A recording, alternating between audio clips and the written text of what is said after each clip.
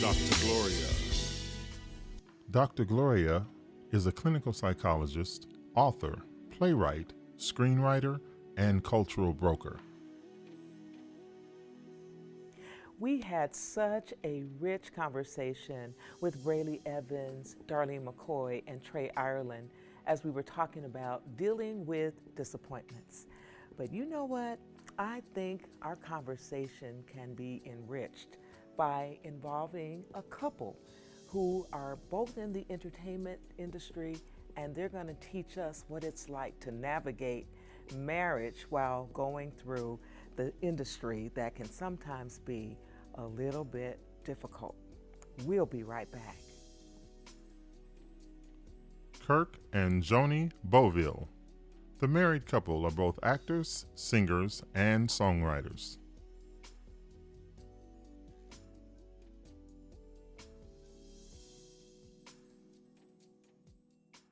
I know you all have been so blessed by our time with Brayley Evans, Darlene McCoy, and Trey Ireland. We had a wonderful, rich conversation, and now we have this wonderful couple that I so admire because I get to hear their music and I get to see the different things they're doing.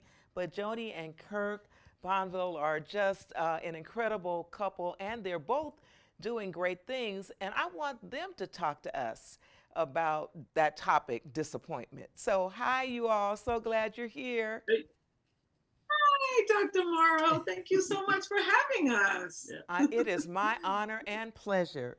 So, tell me a little bit about your journey. You know, were you both in the entertainment world when you got together, or did that happen later in your marriage? Definitely later. We were both working in Northern California. We were in Silicon Valley. Okay. We were both working in high tech. I worked at a company where Kirk was coming in as a contractor, selling computer components to the company where I worked. Got it. We got to be friends. And obviously this will go really put a lot in like 10 seconds, but we got to be friends, really good friends. And then after we got married, we both made the decision to walk away from corporate America because we had these dreams and visions of things that we wanted to do. Mm-hmm. And Kirk was working, he was being groomed to be vice president of marketing in a high tech company. And we walked away from that. And that meant we walked away from a certain level of comfort that we were used to that you don't necessarily have in the entertainment world. Mm-hmm. But we took that big, huge leap of faith, and we stepped out and we said we didn't want to die saying, what if we had tried to do something that we wanted to do and not just work every day and not pursue dreams, personal dreams and aspirations. So we were still in a corporate jobs when we moved to SoCal, but then after a couple of, I'd say a year or so, I walked away, and then Kirk followed shortly thereafter. Oh my goodness. So you left that certain comfort and income status to come to a very, interesting industry with the ups and downs. Yep. So Kirk, what did you all find when you started living out your dream? Well, like what Joni said, the thing was, I didn't want to sit there and look back in life and look back at things you could have maybe had a shot at or done something, and you just let it go because maybe you let it go because you thought you were too old or whatever. Mm-hmm. And and people have a tendency to let stuff go too quick. Like they think, oh man, I'm not 21 years old anymore. I can't do this or whatever. And for me, it was more like, I was at the time I'd been probably in my mid 40s.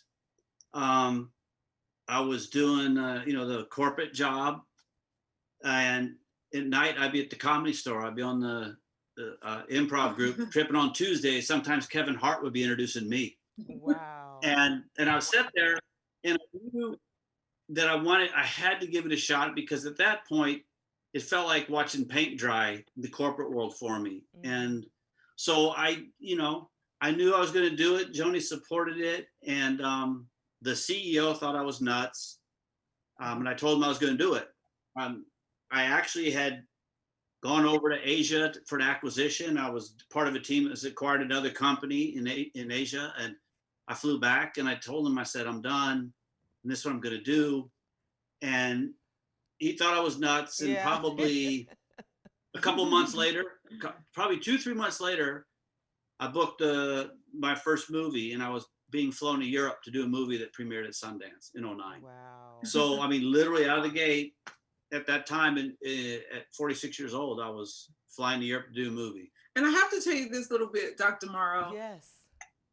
While I had already stepped away from corporate and I was looking at Kirk working during the day and writing and doing improv and comedy at night, and things that brought him joy. And I would encourage him to say, you know what, you should just go for it. You should quit your job. But I have to be honest and tell you, the day he called me up and said, okay, today I'm quitting, I was like, you what?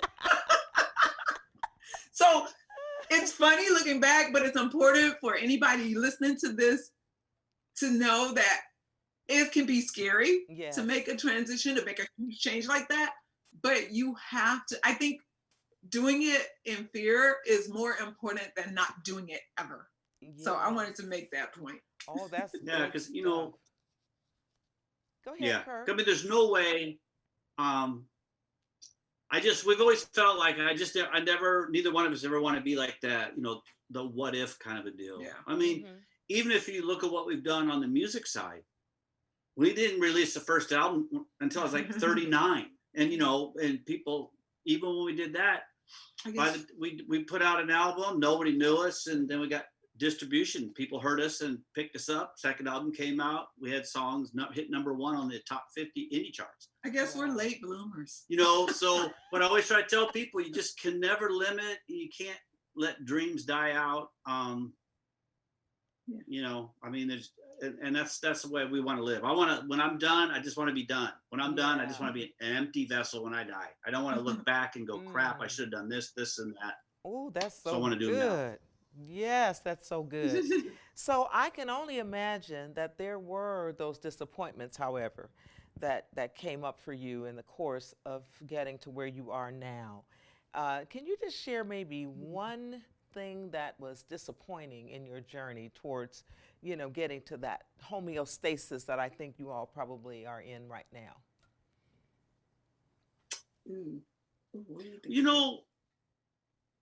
We're in a business of rejection. I mean, Hollywood, this is what it is. It's a business of no. I mean, there's there's that upper layer of people that kind of pick whatever they feel like doing.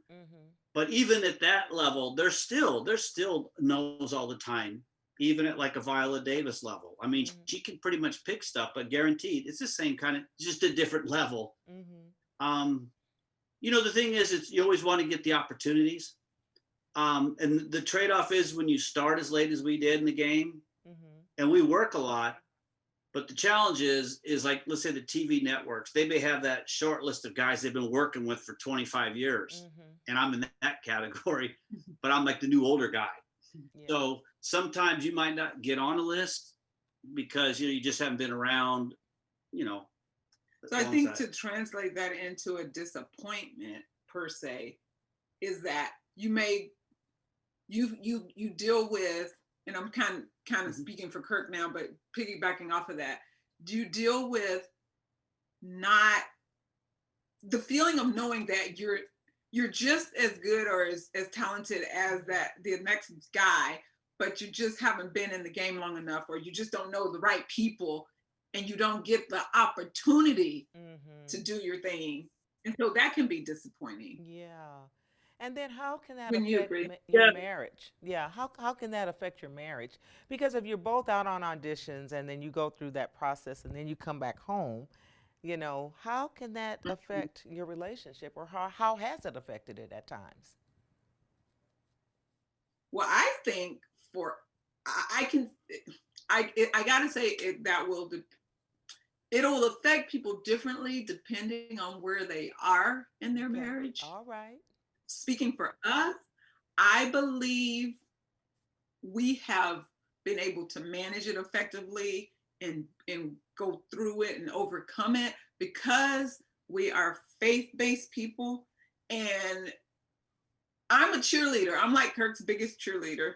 And when he comes home distraught or after an audition or whatever has brought him down that day, I can, because we both know it, it's not like one of us is in it and the other one is in the more traditional 9 to 5.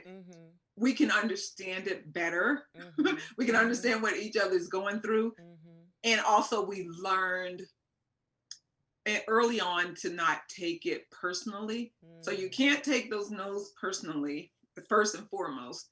And secondly, we have learned to just, some of us better than others, we have learned to, there's a thing in this business, it's called 2 auditions. Actors do the audition in the room and then they do the audition afterwards, like what I should have said or how I should have done it. And you do it over again in the car. The thing to do is just leave it in the room. Okay. When you close the door and walk out, leave the audition and just go back to life. And that's how I try to practice. And that's what we're still moving towards. So we try really hard not to let those low points and those disappointments really bring us down as a couple. Because we know it's not personal. It's not something, doesn't mean they didn't like us. It means that wasn't our thing. That one wasn't for us. Yeah, we just, for us, because we're in it together. And honestly, so for us, if Joni books or I books, we don't care because it's really Team Bovill. So it's really like, it's just us. So, and that's how we work it. So we've carpooled pretty much every audition together. So we're with each other 24/7. I mean, we get up, we walk down the hallway into our home office where we both have 2 desks. But if we got auditions, we're in the car together.